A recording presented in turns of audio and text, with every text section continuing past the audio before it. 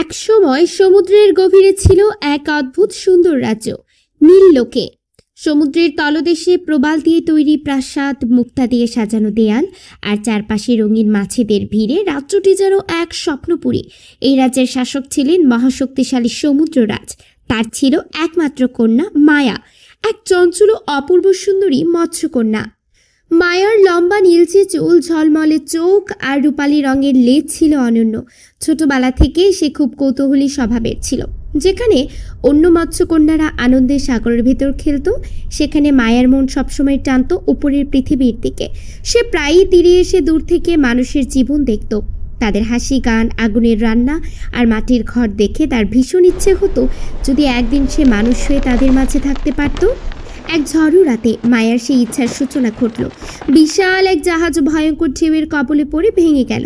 মায়া সমুদ্র থেকে দেখল এক রাজপুত্র জাহাজ থেকে ছিটকে পড়ে পানিতে ডুবে যাচ্ছে। এক মুহূর্ত দেরি না করে মায়া সাঁতরে গিয়ে তাকে বাঁচালো। তার শরীর জড়িয়ে ধরে তীরে নিয়ে এলো। রাজপুত্র অচেতন ছিল, কিন্তু মায়া তাকে একটি মধুর গান শুনিয়ে শান্ত করল। কিছুক্ষণ পর রাজপুত্রের চোখ খুলল, কিন্তু মায়া তখন ভয় পেয়ে দ্রুত সমুদ্রে ফিরে গেল। রাজপুত্র কেবল মনে রাখলো সেই মধুর কণ্ঠস্বর আর অস্পষ্ট এক সুন্দর মুখ। এরপর থেকে মায়ার মন রাজপুত্রের দিকেই পড়ে থাকলো। প্রতিদিন সে সমুদ্রের উপরিভাগে ভেসে উঠত এবং দূর থেকে রাজপুত্রকে দেখত। একদিন সে সাহস করে সমুদ্ররাজের কাছে জানল যে সে মানুষের জগতে যেতে চায়। কিন্তু সমুদ্ররাজ কড়া স্বরে বললেন, না মায়া, মানুষের সাথে মিশলে বিপদ আসবে। তারা আমাদের মতো নয়, তাদের জগতে তোমার কোনো স্থান নেই। কিন্তু ভালোবাসা বড় শক্তিশালী। বাবার নিষেধাজ্ঞা উপেক্ষা করেও মায়া একদিন চলে গেল সমুদ্রের ডাইনির কাছে। ডাইনি ছিল ভয়ঙ্কর রূপে, কিন্তু তার ক্ষমতা অপরিসীম। মায়া যখন নিজের মনের কথা খুলে বলল, তখন ডাইনি এক অদ্ভুত হাসি দিয়ে বলল, তুমি যদি মানুষ হতে চাও তবে তোমাকে তোমার সোনার কণ্ঠস্বর আমাকে দিতে হবে। কণ্ঠস্বর ছাড়া তুমি আর গান গাইতে পারবে না। আর মনে রেখো, রাজপুত্র যদি সত্যিকারের ভালোবাসা দিয়ে তোমাকে বেছে না নেয়, তবে তুমি আবার সমুদ্রে ফিরতে পারবে না।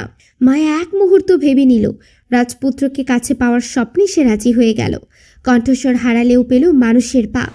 পরদিন সকালে সমুদ্র তীরে রাজপুত্র তাকে খুঁজে পেল।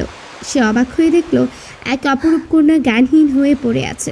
রাজপুত্র তাকে প্রাসাদে নিয়ে গেল। ধীরে ধীরে মায়া সুস্থ হলো, কিন্তু তার কণ্ঠস্বর নেই। তবুও রাজপুত্র তার চোখের মায়া ও হৃদয়ের কোমলতায় মুগ্ধ হলো। কিছুদিন কেটে গেল। মায়া রাজপুত্রের পাশে থেকে মানুষের জীবন শিখতে লাগলো। কিন্তু সমস্যা হলো, ডাইনিও মানুষ রূপ নিয়ে এসে রাজপুত্রকে প্রতারণা করলো। সে নিজের কাছে রাখা মায়ার কণ্ঠস্বর দিয়ে গান গিয়ে রাজপুত্রকে বিভ্রান্ত করলো। রাজপুত্র ভাবলেও এই মেয়ে সেই রহস্যময়ী কন্যা যে ঝড়ের রাতে তাকে বাঁচিয়েছিল।